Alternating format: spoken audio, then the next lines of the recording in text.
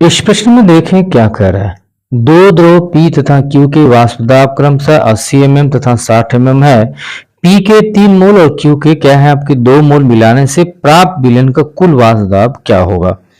प्राप्त विलयन का कुल वाष्प दाब पूछ रहा है तो ऐसे कह सकते राउल्ट का नियम लगाएंगे यहाँ पे।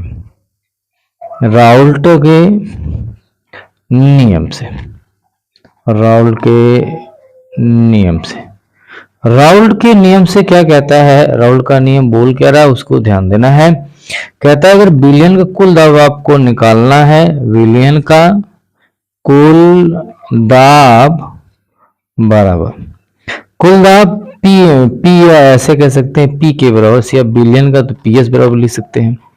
पी नॉट पी का दाब गुणते आपका क्या हो जाएगा, पी का मोल प्रभाव, पी का दाब गुणते पी का मोल प्रभाव, गुणते आपको हो जाता है क्यू का वाष्प दाब, ठीक है, गुणते आपका हो जाता है क्यू का मोल प्रभाव जाता है।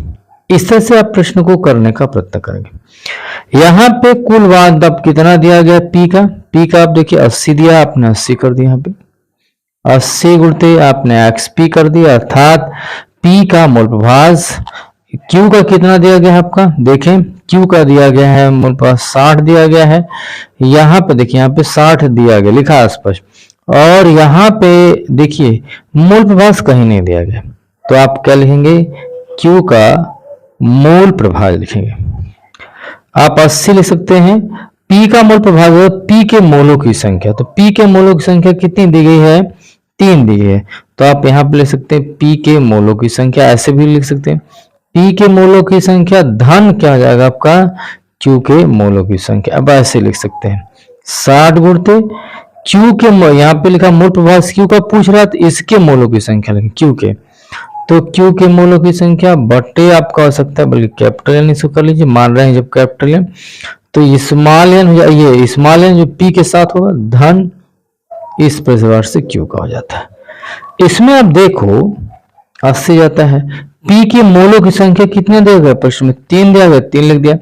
P के मोलों की संख्या 3 है, Q का मोल संख्या 2 है, 60 कर दिया, और Q के मोलों की संख्या आप यहाँ पे देख लीजिए, Q के मोलों की संख्या 2 लिख दिया आपने। P के मोल की संख्या कितनी प्रश्न में 3 है, और यहाँ पे आपका Q का आ गया 2। हल करेंगे इस प्रश्न को, यहाँ पे 80 गुणते कितना करेंगे, 3/5, 60 गुणते 2/5, अब कटा देंगे, 5 से कटा देंगे तो 5 कम 5 3, 5 6 30, यानी 48 हो जाता है, यानी कि 48 आना चाहिए।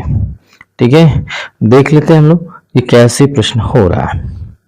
यहाँ पे आप देखो, यहाँ पे आप कटा लीजिए, 16 5 80, 16 हो जाता है, 16 गुणते 3 धन 5 से कटाएंगे, 5 कम 5, 5 दूना 10, 12 हो जाएगा, 12 गुणते 2, तो 12 दूना के 24, 16 3 48, 12 दूना के 24, 8 4 कितना, 8 4 12 को 2, 4 2 6 और 6 1 7, कितना आ गया आपका 72 मिमी, 72 मिमी इसका आंसर आ जाता है।